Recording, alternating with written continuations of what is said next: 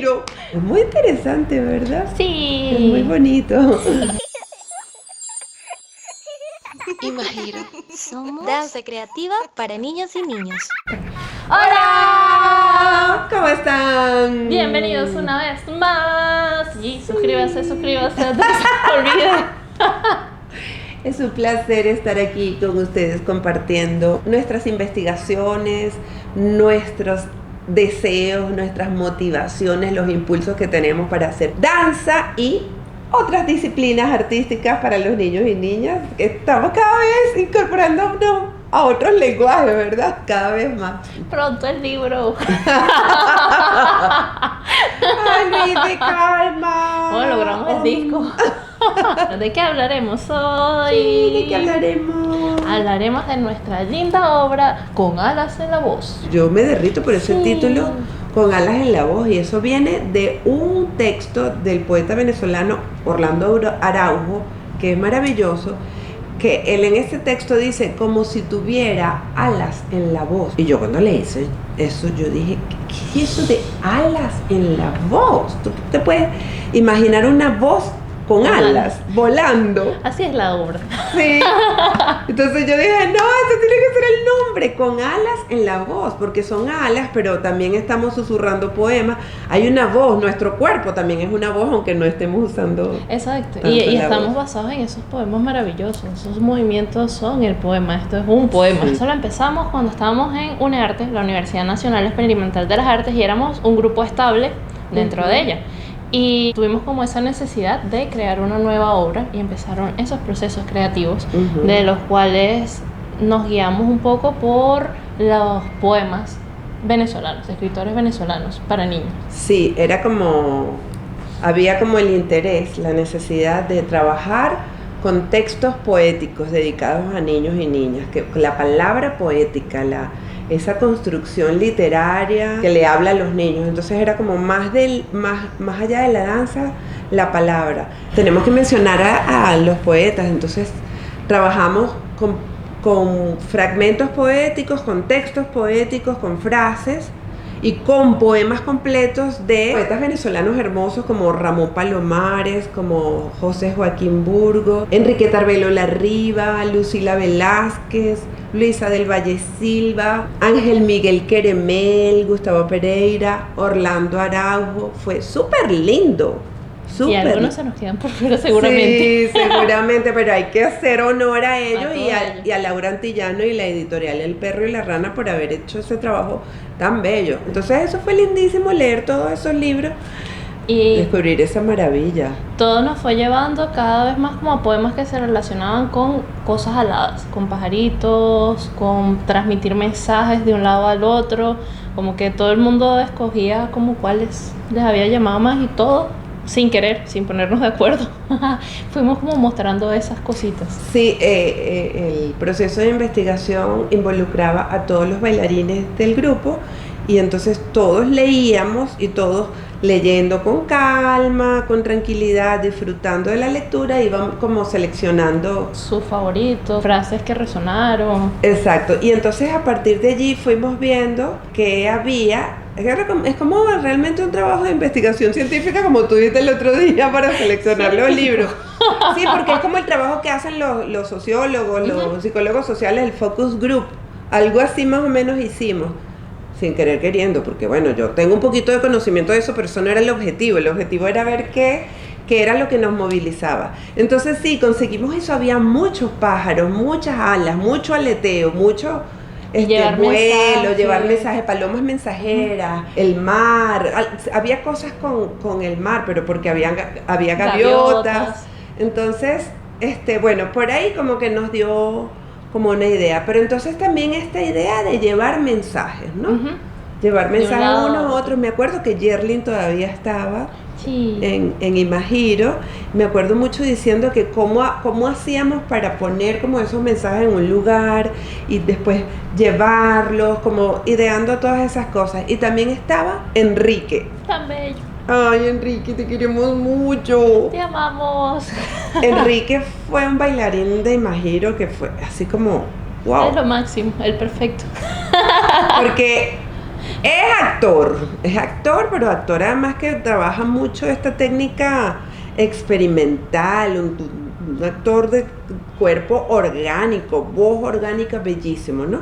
Pero Es bailarín. es bailarín, perfecto, pero además ama la literatura infantil y sabía mucho de literatura infantil y es psicólogo.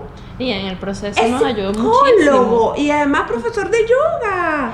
Enrique, te amo. Enrique, eres perfecto, te necesitamos.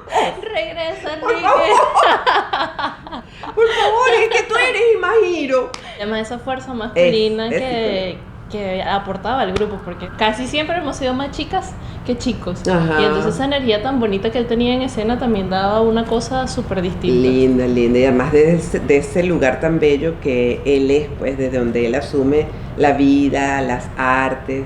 Era fantástico. Todo. Y él nos ayudó mucho también en que nos dimos cuenta de que necesitábamos usar la voz en esta obra. No sabíamos qué tanto la íbamos a usar, pero las demás chicas que veníamos solo de la danza, no es tan común que usemos la voz.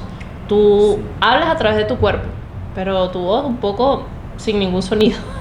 Sobre todo si vienes del ballet. No puedes hacer nada de sonido. Sí, exacto. Eso es lo que iba a decir, el ballet, la danza contemporánea y otras disciplinas. Pero las disciplinas que son más populares, que vienen, están más conectados con las fiestas del pueblo, sí están más conectadas. Yo tuve estudiantes de danza tradicionales venezolanas que cantaban Bellísimo. hermoso porque ellas en su trabajo, en el culto que hacen, en la fiesta que hacen para Está el mezclado ahí. santo, cantan y bailan, no está, Está entrelazado una cosa con la otra. Claro, allí cantan y bailan porque es que eso no tiene por qué estar separado, ¿no? No. Porque está asociado a la idea de fiesta, pero en cambio las que tienen formación o los que tienen formación de danza un poco más académica,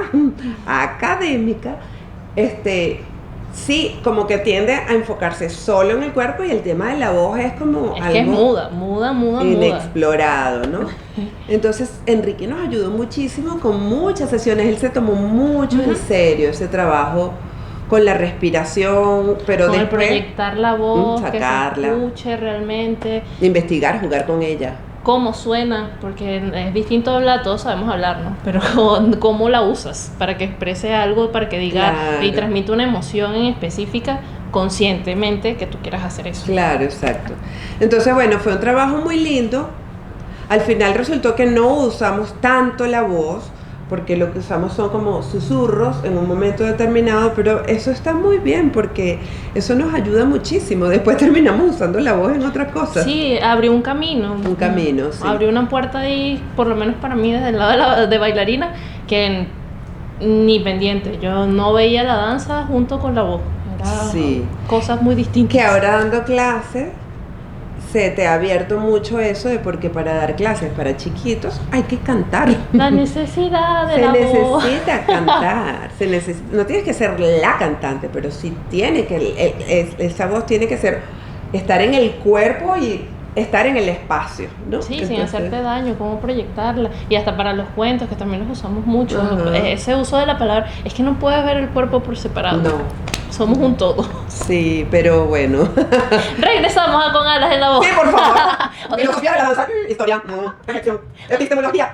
Otra cosa muy interesante ahí fue que como estábamos todavía dentro de la universidad, nuestro presupuesto era inexistente, menos 10.000, y entonces se nos ocurrió un poco la idea de, para buscar los vestuarios, que fuésemos a unas tiendas de segunda mano, que esa idea surgió precisamente de unas clases que veíamos María y yo dentro de UNEARTE, en la parte de gestión cultural, que ahí nos ayudó mucho la profe Arielis Brizuela, que nos estaba dando diseño de la danza, no me acuerdo, 1, 2, 3, pero en ese tocaba la parte de vestuario. Y entonces ella nos llevó a diferentes tiendas y ver que ahí podíamos conseguir ropa a un precio muy accesible y transformarlas luego para que se adecuaran a nuestra idea, pues. Exacto, intervenir Y la nosotros ropa, llegamos, muy linda ella. ¡Profe Carmen! ¿Será ¿Podemos ir a las será tiendas de segunda mano? Y yo, ¡vamos! excursión y nos fuimos hasta Sabana Grande a buscar ropas, a ver qué concha más o menos nos funcionaba. Y como era del veterio, de los pájaros, de las palomas mensajeras, como que estábamos de acuerdo que el color predominante iba a ser el blanco. Exacto. Y empezamos a buscar ropa blanca que consiguiéramos. Exacto, blanca, beige. Pero después eso no lo usamos.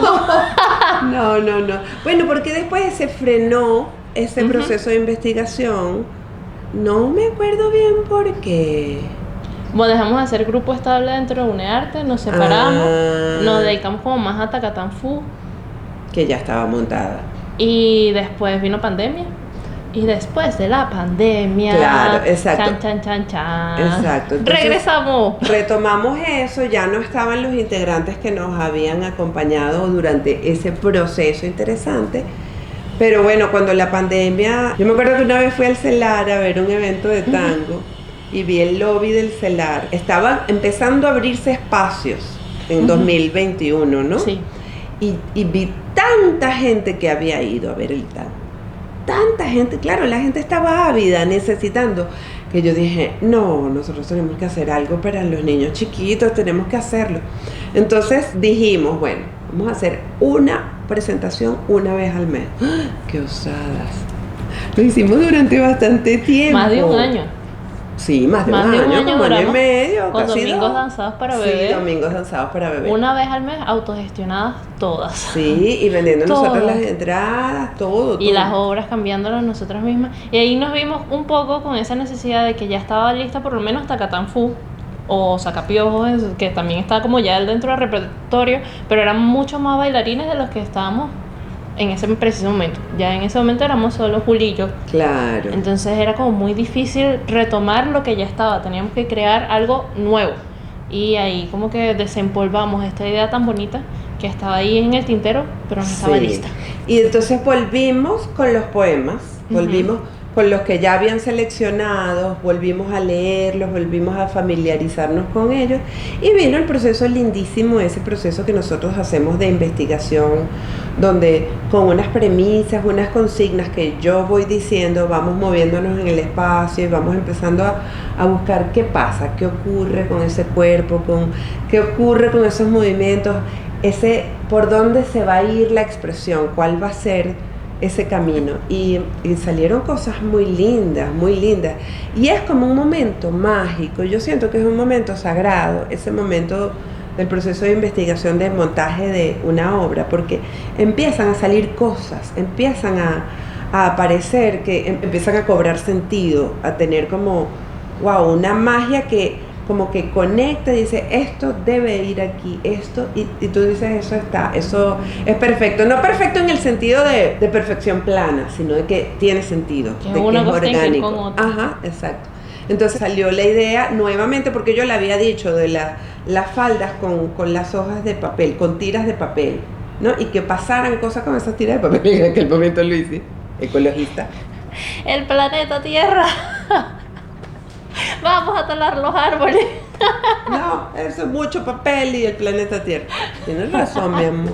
Tienes razón, pero bueno, resolvimos una a la que escala que nosotros lo hacemos. es mucho menor. Y ya entonces esas faldas dejaron de ser solo la de papel y abajo tenemos una enagua blanca. Ajá. Y entonces hace como ese volumen y no se necesitan tantísimas tiras de papel. Ajá. Para que Exacto. se acabe el mundo. Entonces, bueno, salieron movimientos, momentos, escenas, encuentros, el juego con el papel, con el garabatear de los niños, con el compartir ese papel que dibujó, que garabateó, rayoneó a un niño, como pasarlo a otro, como invitarlos a que se expresen con ese creyón en esa tira blanca y cómo bailar con esa tira blanca que se mueve de un lado al otro.